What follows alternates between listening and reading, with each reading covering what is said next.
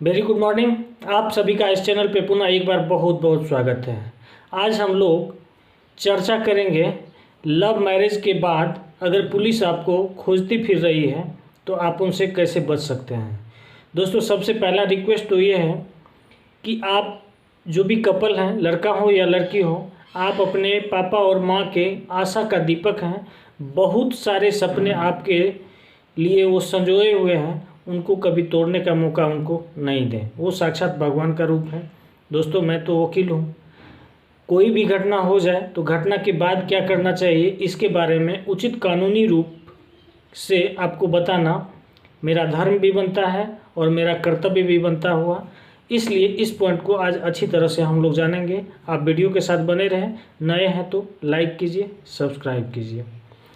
दोस्तों, love marriage में जब कभी केस होता है तो केस होने की कंडीशन क्या होती है, यानी कपल्स का जो पेरेंट्स है, चाहे वो लड़का का हो या लड़की का हो, वो सेटिस्फाइड नहीं होते हैं, अर्थात उस रिश्ते को वो कबूल नहीं करते हैं, एक्सेप्ट नहीं करते हैं।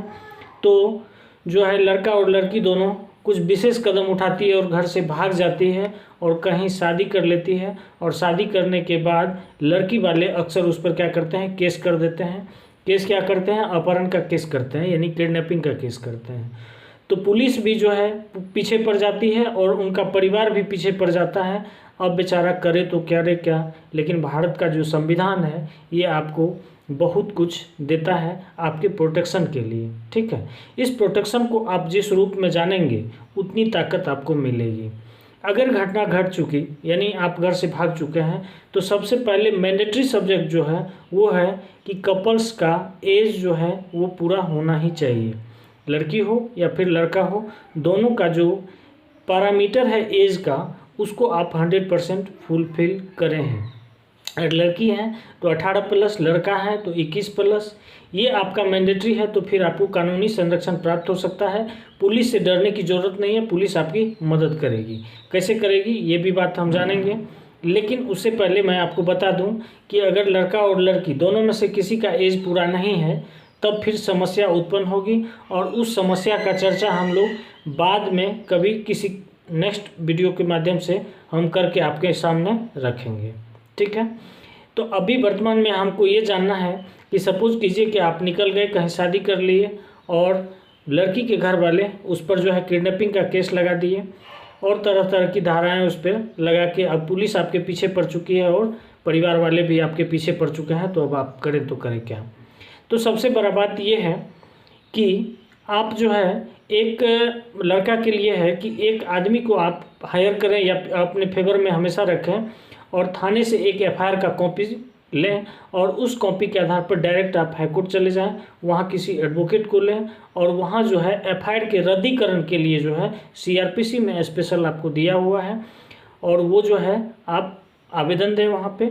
और वहाँ होगा क्या कि दोनों पक्ष उपस्थित होंगे, लड़का और लड़की सिर्फ इतना कहेगी कि हम लोग एज जो है फुलफिल करते हुए हम अपने इच्छा से इनके साथ गए हैं और शादी किए हैं। और घर से निकलने का कारण ये रहा कि अगर हम घर से नहीं निकलते तो फिर समस्या हो जाती।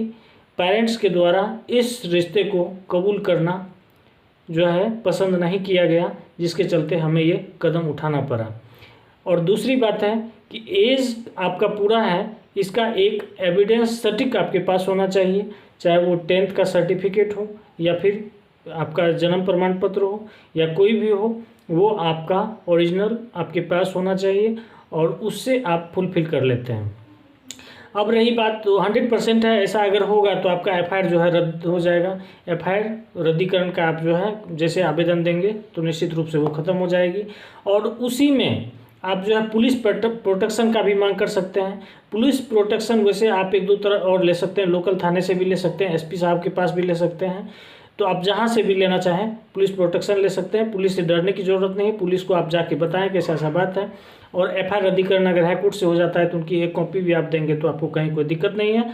और जब प्रोटेक्शन आपको लेना हो तो आप संबंधित थाने या एसपी या फिर जहाँ भी आप कहें आपकी जो समस्या है और किस तरह का प्रोटेक्शन चाहिए, किससे आपके जान माल को खतरा है, ये भी बात उसमें मेंशन होना चाहिए।